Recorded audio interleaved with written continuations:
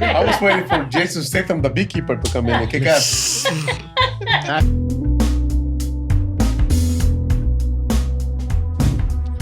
Ooh. Hello. Welcome to this episode of What the Flicks podcast. This would be episode number 73. Ooh. Part one. Part one. Okay, so the movies that we're going to be looking at. Oh, my name is Susan Ayers. I'm Patty Smith. I'm Lon Shima. Jorge Sanchez. Bob Nick Shields. Yes, there you go. So the movies that we're going to be looking at in this episode are The Grey, No Hard Feelings, Mr. Holmes, Wicked Little Letters, and Burning. So this week is my movie, Mr. Holmes. Okay, so the director is Bill Condon. It's based on a 2005 novel called A Slight Trick of the Mind by Mitch Cullen. It's Ian, basically the three actors. There's other actors. There's two other actors that are very important in this, but the main actors are basically Ian McKellen, Laura Linney, and Milo Parker. Laura Linney. She's Laura somebody Linney. who's made the transition. Like the mother. Laura Laura Linney. Linney. Laura That was Linney. Laura Linney? Laura Linney. That's what I'm talking Linney. Linney. Laura That's Linney. what I'm talking about, an actress who has Play different really things. a more interesting part. Boy, Anyway, do we disagree there. okay. I could not resist the premise of this film. That's what I first heard. It's like the famous Sherlock Holmes, Ian McKellen, is now 92 years old, and he lives with his housekeeper, Miss Monroe, Laura Linney, and she is a simple, and they're sometimes disapproving of Sherlock, and Mrs. Monroe's younger son, again, another boy that I fell in love with, Yeah. Roger, Yeah. played by Milo Parker. It was like he now lives by Sherlock Holmes. He now lives by the sea in southern England with them raising bees and seems to be haunted by some of the unresolved past things. On the other hand, he's also kind of losing his memory. Holmes? Yes, Oh, Holmes. okay. Not the I was going to say boy. the kid. Yeah, right. Mr. Holmes. Mr. Okay. Also, his aging mind, which was once his, I guess, solace, his friend, his thing he Biggest could asset. always depend on in life, is starting to go. It's causing him angst. Anyways, it sometimes comes and goes. He used to depend on it, and he no longer can. Moriarty is now mortality. That is really that's chasing him now. The film moves from the present to the past constantly. There is something that Mr. Holmes needs to acquire. He is being humbled in a way. What he needs to acquire is a quality, not a thing. He's being humbled in a way. He sort of has to learn to connect. And like all of us, it's a hard lesson. His vanity is in his brilliance. And he still has moments of brilliance. But he also keeps him from connecting with other people. Roger, the boy, it seems becomes Dr. Watson to him. You know what I mean? He becomes like the Dr. Watson The character. companion. Exactly. But he is a very young man, and so his mental development is causing some problems for him with his mother. This film is, I believe, an actor's clinic. Two similar supporting roles are played by Hiroyuki Sanada, from Shogun. From what? Exactly. Shogun, yeah. He's amazing. I love that guy. Oh yeah, he has the face. It's like a face, Yeah. right? He plays Tamiki Umizaki. Well, that's easy for you to say. And here he is, this is Sherlock Holmes. When he goes to visit him, he is deeply impacted by World War II and the World War One. no, it's World War II, because that's when It's- I thought it was just atomic. before World I War know, World II. War atomic II because bomb- it's Atomic 47. bomb was dropped. And he sees the results 47, of, he'd be over 100 years old. of Nagasaki, Hmm. and he's 92. Yeah, he's and 92 at the Hiroshima. end of the 20th. It's Yeah, a but war. remember, It don't he's- matter which one. Remember, he's very upset and he's very disturbed by, he sees the atomic bomb has been dropped. Did we see that? Right? And the, Yeah, it's in 1947 in a Sussex village. Mhm. So it's 1947. Yeah. okay, this is the, he's very deeply affected by the evidence of World War II and the dropping of the atomic bomb on Nagasaki and Hiroshima. So his insensitivity to the feelings of others is quite evidence from this encounter. I mean, it's like anyways, you'll see as he goes on, he's very logical, and he always does things from logic, and sometimes that's not what is needed. But anyways, the second is a woman named Anne Kelmet, that is Hattie Morahan.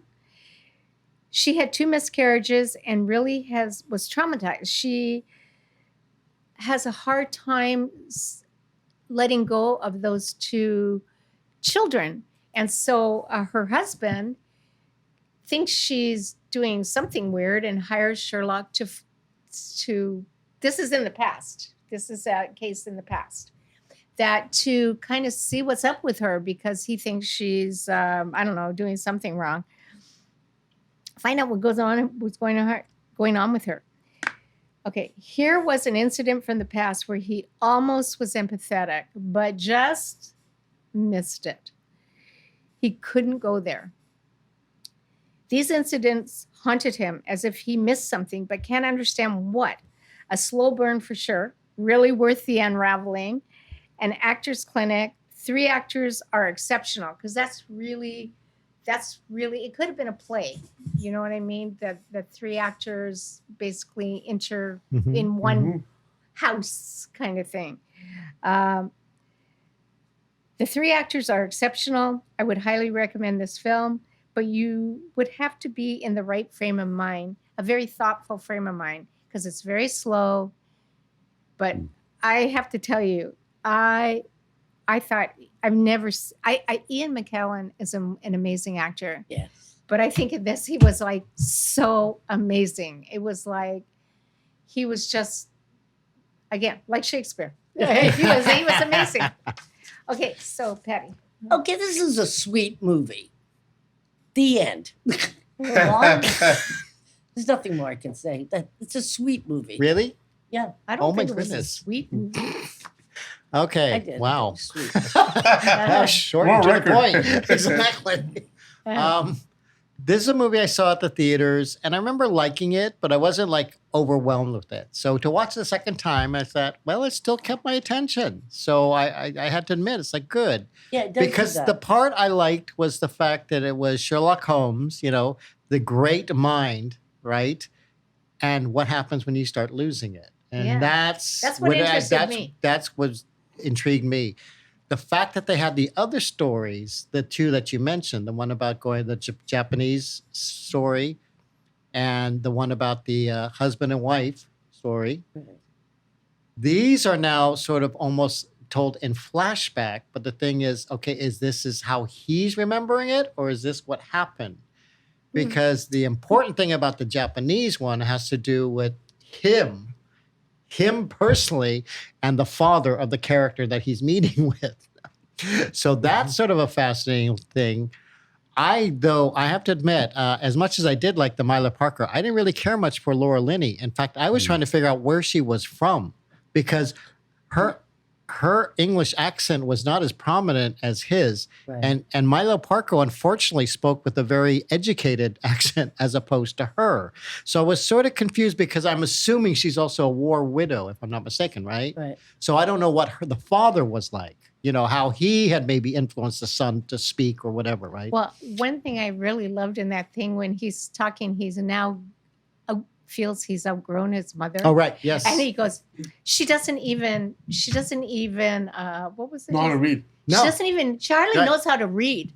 No, All of exactly. a sudden he was looking down on his mother. Right. And that's what I was wondering. It's like, what part of his education did it come from? Did it come from Holmes as well? Because you could see he's really trying to take this mind and teach it, which you figure what better tutor to have in the Well, house he than him, said right? it's obvious, sometimes very uninteresting people have the most interesting children. Exactly, He says right. it to I her. believe that. Yes. I actually do.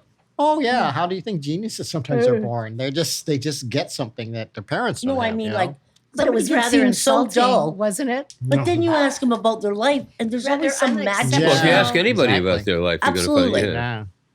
And, and there's other people in the cast, too, that for me was nice to watch, like Roger Allam, who played the doctor, Francis de la Tour, who played the, I don't know what you call that, harmonium player. I don't know. What was the name of the instrument? Because that was an Oh, important that's part of the it, one too. isn't that the one they used, George, in Midsummer? That Yes, kind of exactly. weird- It was the Is that same the- thing. is Well, that this, that- no, this was for glass. Right. It's a Midsummer, glass. they used It's a the theremin. What's it called? fair thing, but this is so different. I Theremin. think harmonium. Oh, harmonium. did they use the? This I is- thought in I thought it Midsummer was they the used same. the same thing No, these because are the one with that. because that's where they found out about the lead poisoning.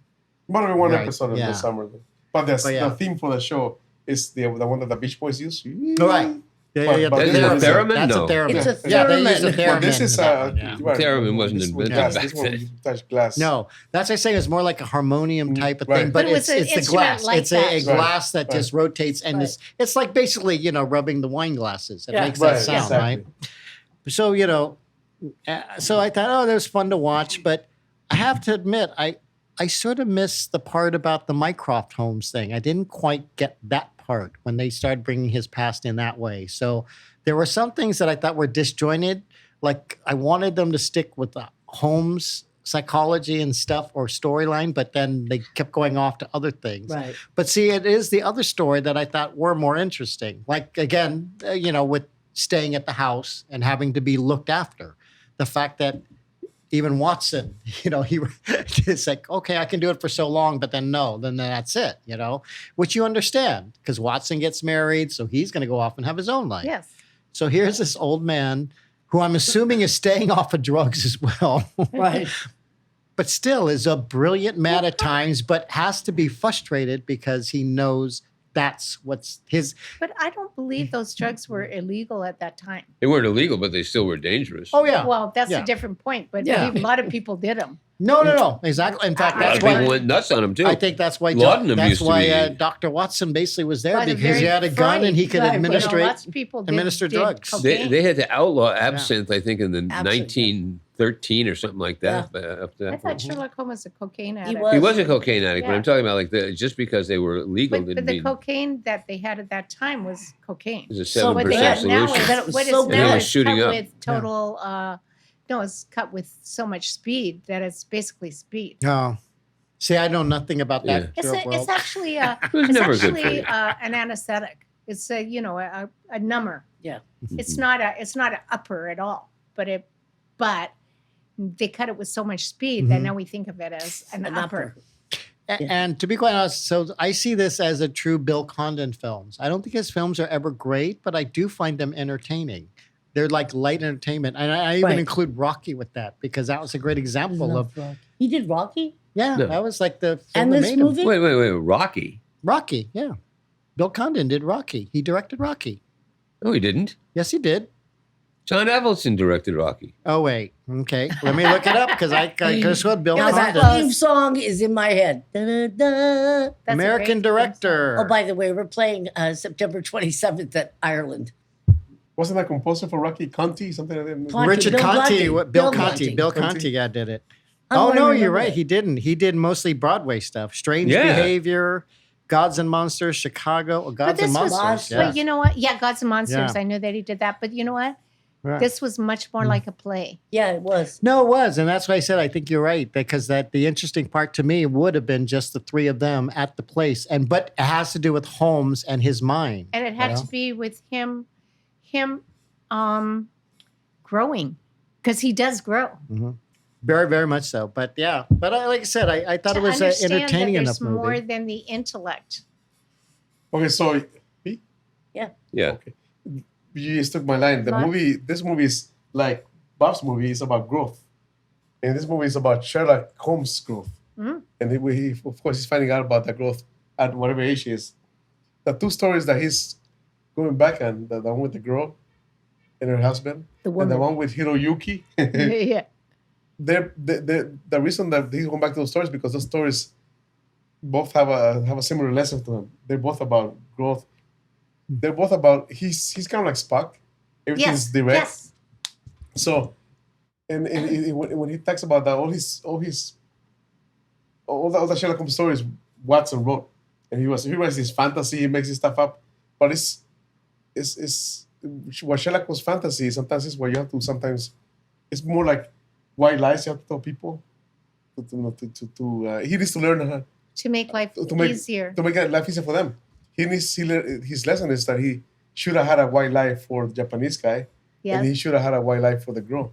Yes. But because he didn't, their outcomes that they had.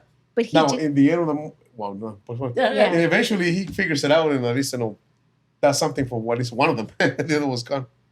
But his lesson is about not being so like Spock, but being so logical. That sometimes you have to be more emotional to survive in the world.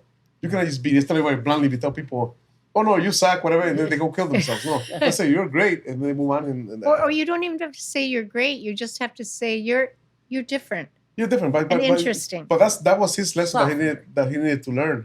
That sometimes you have to get out of that being that logical. I thought that the boy in the movie, well, Ian McKellen was amazing in the movie. He's like, but I thought That boy. but also I thought he kept reminding me of Yes. Patrick Stewart too, because he kind of looks like him. Well, they're kind of the And, same. they're best friends. Friends. Yeah, I go, Patrick Stewart could have played that role too because they kind of Yeah. look alike. And I go, Yeah, I they see could've. why one is Magneto, one's like the Savior. Yeah. They're like brothers. I thought Both Shakespearean actors, by the way. I also thought the boy was great. He was reminding me of the kid from Love Actually. Oh, the Yes, boy. that's The it. little He number. did. Boy He actually was- did. I thought so Yeah, too. The boy yeah. was fantastic. And actually, personally, I thought Laura Linney was great too. She's always like, to me, she's really good actress. I think she must have moved to England or something after Love Actually, and she lives there Yes. because she's kind of picking up the feel of it. Exactly. Oh And yeah. she's really good at these interesting roles. I thought what was my last pointer? If I can find it. I think one thing that he liked about the kid, to me, the kid was like Good Will Hunting. Yeah. He Yeah, that's is good. just like Good Will Hunting. The only reason Good Will Hunting is such a genius is because he read so much. His father wasn't there, and the mother partners and everything. The boy reads so much, and he can read, so he just reads and reads, and you just suck it all in to the point that he's actually smarter than his parents. Now his parents are idiots to him, like in a way, like Good Will Hunting. He's so smart that his parents will probably be idiots, but because he's so young, he's like any young boy, he's gonna do stupid things, say stupid things, and he says things that upset his mother, like saying, "Well, she can read," but she goes, "Yeah, well, I'm uneducated. Your father wasn't educated. He went to the war to make which is a great line. He's a mechanic. He goes to the war. He goes, your father went to the war. He wasn't going to work on the vehicles or whatever. He was going to be a FA pilot. Got blown out of the sky the first time out. She shows you. One of his friends who did that mechanic thing, they came back. But don't So- you? Can I? Huh? Yeah. Can I mention that? Do you think that that the boys, how awful he was to his mother, had something to do where Sherlock Holmes noticed Well, that? but there is the scene that in the movie I was about to say that, where because Sherlock Holmes in a way becomes a mentor to the boy because he can see it's almost like he sees himself in this boy. Yeah. At least just kind of genius, little nerd genius. Little And mother. almost going, and also he's just like him. He's very blunt.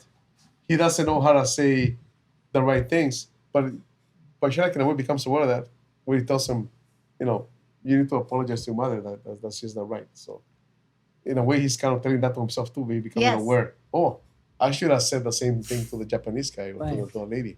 So the boy in a way is him He as a saw young through the boy. boy. to the boy. He's seeing his own mistakes through the boy. Yeah. So in the movie, to me, yes, really good movie. It's really about Sherlock's growth in this time in his life. Yeah. That was great. Bob. Okay, Bob. Okay. I first of all, I read every Conan Doyle Sherlock Holmes story twice. I loved Sherlock Holmes. Me Yeah, too. it was great.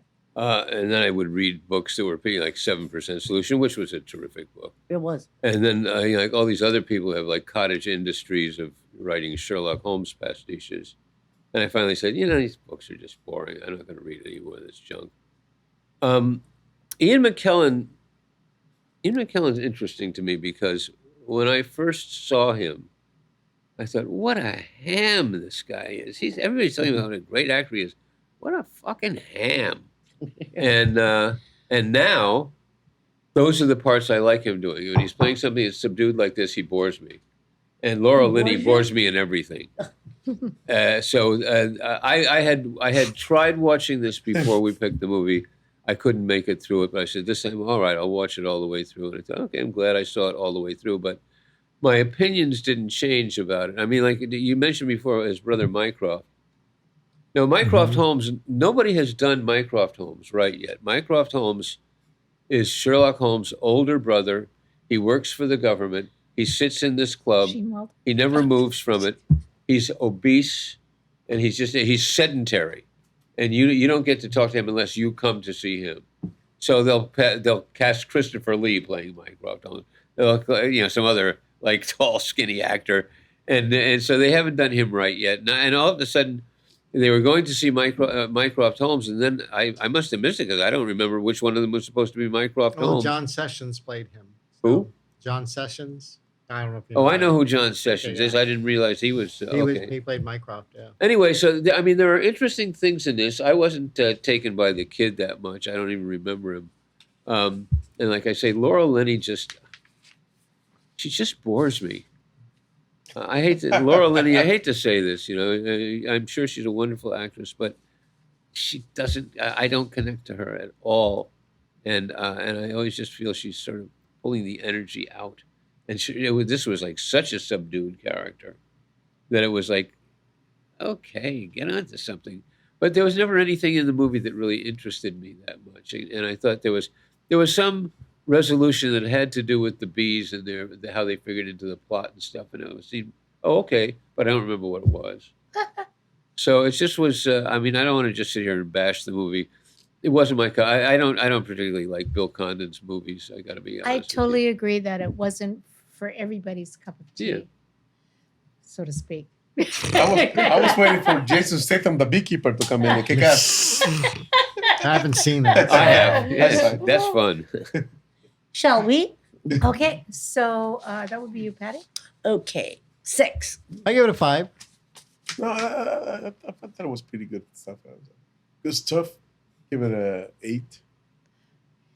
Me, I give it a 9. So we're back next Okay. week with the same clothing. Is that it? Uh-huh. So we will be back next week, and I think you should check out some of these movies as we go along. You can write me and tell me what